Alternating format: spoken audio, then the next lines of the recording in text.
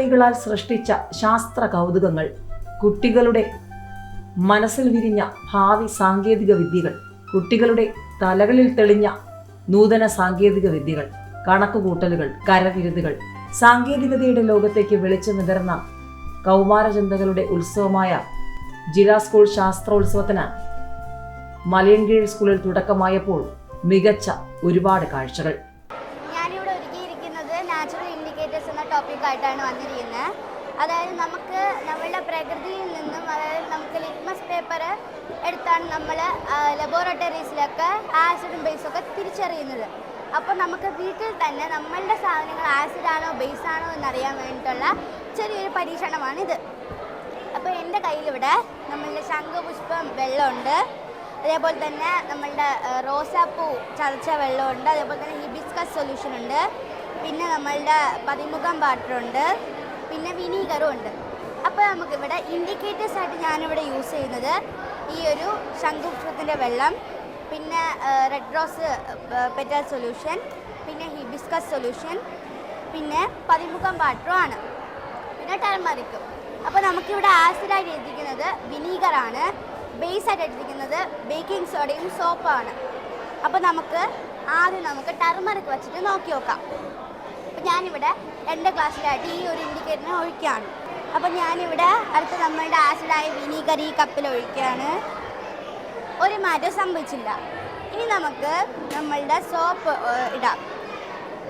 കണ്ടോ, റെഡ് കളറായി. അപ്പോൾ നമുക്കറിയാൻ സാധിക്കുന്നു നമ്മളുടെ ടർമറിക്ക് ആസിഡിൻ്റെ ഇൻഡിക്കേറ്റർ അല്ല, ബേസിൻ്റെ ഇൻഡിക്കേറ്ററാണെന്ന് നമുക്ക് മനസ്സിലായി. കാർത്തികിരൺ 5A. ഞാൻ ഇതുണ്ടാക്കിയിരിക്കുന്നത് ഒരു മോട്ടറും ബാറ്ററിയും ഫാനും വെച്ചാണ്. സ്വിച്ച് ഇടുമ്പം ഇത് കറങ്ങും. എൻ്റെ പേര് കൃഷ്ണവേണി. ഞാൻ 8ാം ക്ലാസ്സിലാണ് പഠിക്കുന്നത്. 8A ഞാൻ പഠിക്കുന്നത്. ഞാൻ ഇന്ന് ഉണ്ടാക്കുന്നത് സ്റ്റേറ്റ് ഫൈൻഡിങ് പ്രൊജക്റ്റ് എന്ന് പറഞ്ഞ പ്രൊജക്റ്റാണ് ഞാൻ ഉണ്ടാക്കിയിരിക്കുന്നത്. ഈ പെട്ടെന്ന് ഒരാളുടെ അടുത്ത്, ഒരു കുട്ടിയുടെ അടുത്തോ പെട്ടെന്ന് ഒരു ഇന്ത്യയിലെ സ്റ്റേറ്റുകൾ പറയാൻ പറഞ്ഞാൽ അല്പം താമസിച്ചേ അവർ പറയുള്ളൂ. അപ്പോൾ അതിനെപ്പറ്റി പഠിക്കാനും വേണ്ടിയിട്ടാണ് ഞാൻ ഇത് ഉണ്ടാക്കിയിരിക്കുന്നത്. ഒരു എക്സ്പെരിമെൻറ്റുമാണ്, പഠിക്കാൻ വേണ്ടിയിട്ടുള്ള കാര്യവുമാണ്. ഞാൻ ഇത് ചെയ്തേക്കണമെന്ന് വെച്ചാൽ ജമ്മു കാശ്മീർ അതുപോലെ പെട്ടെന്ന് മനസ്സിലാവില്ല. അപ്പോൾ നമ്മൾ കുറച്ച് സമയമൊക്കെ എടുത്ത് ഇങ്ങനെയാണ് കാണിക്കും. അപ്പോൾ പെട്ടെന്ന് മനസ്സിലാക്കാൻ വേണ്ടിയിട്ടാണ് ഞാൻ ഇവിടെ നിൽക്കുമ്പോൾ അവിടെ ബൾബുകൾ കത്തുന്നത്. അതാണ്. അപ്പോൾ നമുക്ക് ഓരോ സ്ഥലങ്ങൾ ഇങ്ങനെ മനസ്സിലാക്കാൻ വേണ്ടിയിട്ടാണ് ഇങ്ങനെ ഓരോ ബൾബുകൾ കൊടുത്തിരിക്കുന്നത്. എൻ്റെ പേര് നിവിൻ. എൻ്റെ പേര് അമൽ BS. നമ്മൾ 8Aയിലാണ് പഠിക്കുന്നത്. നമ്മളിവിടെ ചെയ്യണത് കറണ്ട് എങ്ങനെ ഉൽപ്പാദിപ്പിക്കാം. ഇങ്ങനെ നമ്മൾ 3 ഐറ്റമാണ് ചെയ്യുന്നത്. ഒന്ന് വിൻഡ് വില്ല്, വേറൊന്ന് വാട്ടർ എനർജി, പിന്നെ സോളാർ എനർജി. ഇത് 3ൽ നിന്നും കറണ്ട് ഉൽപ്പാദിപ്പിച്ച് വീട്ടിനും വേറെ ഉള്ള ബിസിനസ്സിനും ഇത് ഉപയോഗിക്കുന്നു. എൻ്റെ പേര് വൈഷ്ണവ്. ഞാൻ 8Aയിലാണ് പഠിക്കുന്നത്. ഇത് ഹെലികോപ്റ്ററാണ്. ഇതിൻ്റെ ഫ്രണ്ടിൽ ഇരിക്കുന്നത് ഫിലമെൻ്റ് ബൾബ്. എന്നിട്ട് ഈ ബോഡിയൊക്കെ ഫ്രിഡ്ജ് ബോക്സിൻ്റെ അകത്തുള്ള ഒരു തരം സ്പോഞ്ചാണ്.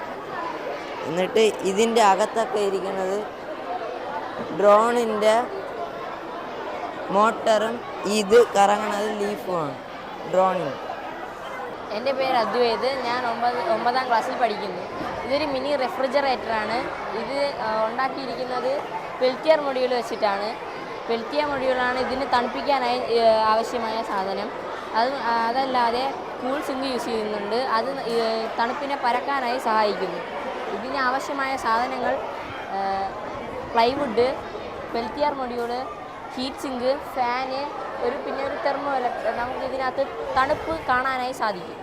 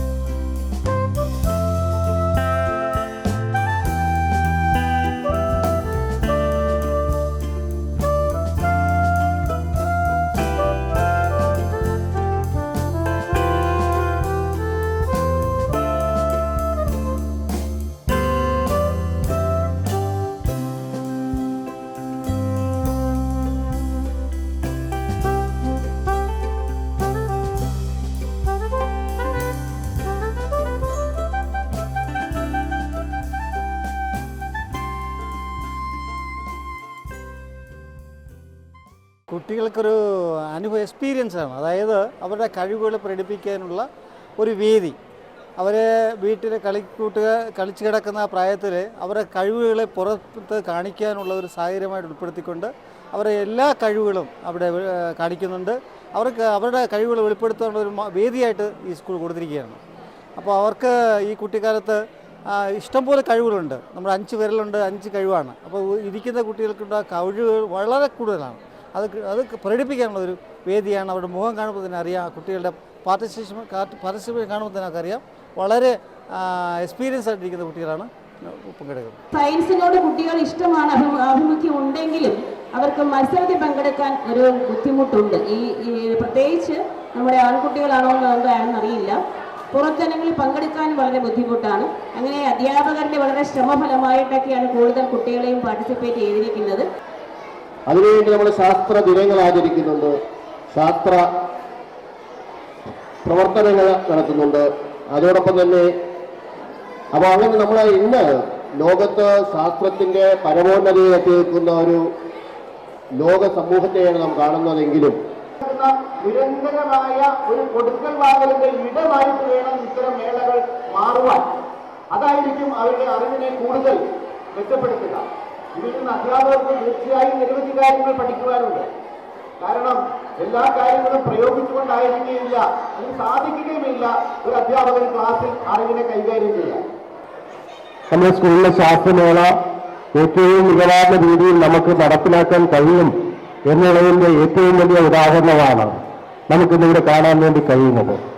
ഒരുപക്ഷെ പല സ്കൂളുകളും ഇതൊരു ചടങ്ങായി മാത്രം നടത്തിക്കൊണ്ട് പോകുമ്പോൾ അദ്ദേഹത്തിനാണ് ആദ്യമായിട്ട് നന്ദി പറയേണ്ടത്. നമ്മുടെ എല്ലാ സ്കൂൾ പ്രവർത്തനങ്ങളിലും നമ്മോടൊപ്പം നിൽക്കുന്ന അദ്ദേഹത്തിന് നന്ദി പറയുന്നു. പിന്നെ നമ്മുടെ ഇന്ന് ശാസ്ത്രമേളയുടെ ഉദ്ഘാടകനായി എത്തിയ ശാസ്ത്ര സാഹിത്യ കൂടെ നിന്ന് പ്രവർത്തിച്ച ഈ സ്കൂളിലെ എല്ലാ കുഞ്ഞുങ്ങൾക്കും എല്ലാവർക്കും നന്ദി പറഞ്ഞുകൊള്ളുന്നു. Thank you.